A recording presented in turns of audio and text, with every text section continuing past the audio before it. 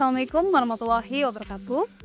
Bayangkan Anda sedang belajar dari sebuah aplikasi yang menampilkan teks dan gambar yang saling mendukung.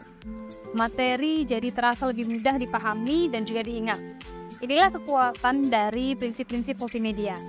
Richard E. Meyer dalam bukunya Multimedia Learning menyebutkan terdapat 7 prinsip utama, yakni yang pertama prinsip multimedia, kemudian prinsip kedekatan ruang, ketiga prinsip kedekatan waktu, keempat prinsip koherensi, kelima prinsip modalitas, keenam prinsip redundansi, dan ketujuh prinsip perbedaan individual.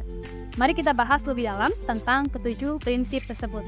Yang pertama, prinsip multimedia menjelaskan bahwa pembelajar akan mampu belajar lebih baik jika materi disajikan berupa kata-kata dan juga gambar-gambar dibandingkan hanya menggunakan kata-kata saja. Lihatlah contoh berikut ini. Pada gambar A hanya menyajikan teks, sementara pada gambar B menggabungkan teks dan juga gambar. Berdasarkan prinsip multimedia, gambar B lebih menarik dan mudah diingat.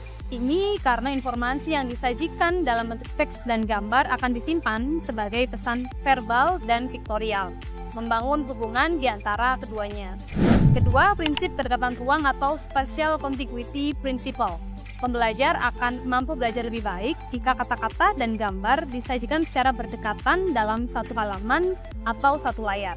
Ada dua desain kedekatan antara teks dan grafik, yakni teks terpisah dari gambar dan teks menyatu dengan gambar. Lihatlah contoh berikut ini. Gambar A menunjukkan teks terpisah dari gambar, sementara gambar B menyatu dengan gambar. Meskipun keduanya memenuhi prinsip kedekatan ruang secara visual, teks yang menyatu dengan gambar jauh lebih mudah dibaca. Prinsip kedekatan waktu atau temporal contiguity principle, yakni pembelajar akan mampu belajar lebih baik jika kata dan gambar disajikan secara simultan atau bersamaan dibandingkan secara suksesif atau bergantian. Lihatlah contoh berikut ini. Pada penyajian simultan, teks dan gambar muncul bersamaan sehingga memudahkan pembelajar untuk mengaitkan informasi verbal dan visual secara bersamaan. Yang keempat, prinsip koherensi atau coherence principle. Jadi prinsip ini menyatakan bahwa pembelajar akan terganggu jika ada elemen yang tidak relevan dengan materi. Ini berlaku untuk kata-kata, gambar, ataupun suara. Lihatlah contoh berikut ini. Pada gambar A, lebih koheren karena penggunaan elemen yang mendukung materi, sedangkan gambar B menggunakan elemen yang kurang relevan atau tidak relevan sehingga mengganggu fokus belajar peserta didik.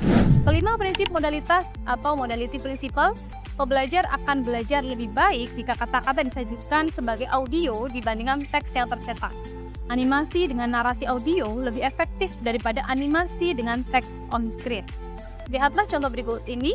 Gambar A mengikuti prinsip modalitas, tidak membebani saluran visual. Sementara gambar B dapat membebani saluran visual karena harus memproses teks dan gambar secara bersamaan. Keenam, prinsip redundansi atau redundancy principle. Pembelajar akan belajar lebih baik melalui animasi dan narasi dibandingkan dengan menambahkan teks tercetak. Menampilkan teks dan animasi sekaligus bisa membebani saluran visual.